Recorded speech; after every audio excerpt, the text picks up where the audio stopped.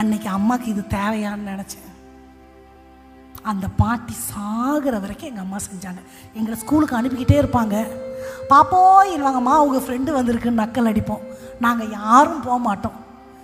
இருக்கிற வேலையை விட்டுட்டு எங்கள் அம்மாவுக்கு முட்டி வலி தான். அப்போவே தாங்கி தாங்கி ஒரு சின்ன பக்கெட்டில் தண்ணி எடுத்துன்னு போய் அவங்களுக்கு தண்ணி ஊற்றுவாங்க. ஊற்றுனா அவங்க கழுவிக்குவாங்க. அம்மா கழுவணும்னு அவசியம் இல்லை, ஆனால் ஊற்றுறதுக்கு ஒருத்தர் வேணும்.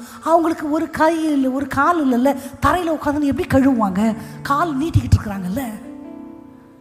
அந்த சிறியரில் ஒருவருக்கு செஞ்சதை தான் நினச்சி ஆண்டவர் நாங்கள் 4 பிள்ளைங்களையும் ஊழியத்தில் வச்சுருக்கிறார். எங்கள் அம்மாவை குறித்த சாட்சியெல்லாம் பெருசாக வெளியே தெரியாது, ஆனால் எங்கள் அம்மா செஞ்சாங்க. அந்த அம்மா செத்து போனப்போ ஓன்னு அழுது இவங்க தான் முனிசிபாலிட்டிக்கு ஃபோன் பண்ணாங்க. அவங்க செத்தப்போ எங்கள் வீட்டுக்கு நியூஸ் வந்துச்சு, நீங்கள் ஒருத்தவங்களுக்கு தண்ணி கழுவிடுவீங்கள, கால் கழுவ, அந்த அம்மா அங்கே செத்து கிடக்குன்னு. அப்புறம் முனிசிபாலிட்டி வந்து அள்ளிட்டு போனாங்க.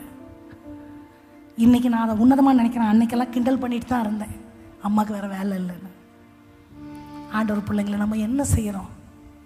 சின்ன சின்ன சின்ன சின்னது ஆண்டவருக்காக நான் ஏதாவது செய்ய வாழ்நாள் அது ஆயுள் பொருத்தனையாக இருக்கணும். வாழ்க்கையில் நான் இதை செய்வேன், ஒரு தடவையாவது நான் செஞ்சிருவேன். அந்த மாதிரி பொருத்தனைகளை ஆண்டவர் எதிர்பார்க்கிறார் நம்மக்கிட்ட. எல்லாத்தையும் வாங்கிட்டு அப்படியே போகிற வாழ்க்கைக்கு நம்ம அழைக்கப்படலை. நாம் அழைக்கப்பட்ட அழைப்புன்னு ஒன்று இருக்குது. அந்த அழைப்புலேயும் ஆண்டவர் நோக்கத்தை வைத்திருக்கிறார்.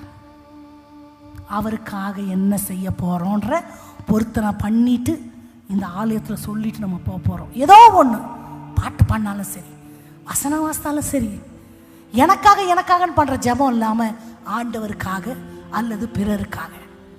ஆலயத்தில் வந்து ஊழியம் செஞ்சாலும் சரி, ஊழியக்காரனோட தோள் கொடுத்தாலும் சரி, அதுக்கு தான் ஆண்டவர் அழைச்சிருக்கிறார். அந்த ஊழியம் முதல்ல எங்கே ஆரம்பிக்குதுன்னு சொன்னேன்? குடும்பத்தில், குடும்ப ஜெபத்தில். நம்ம செய்வோமா?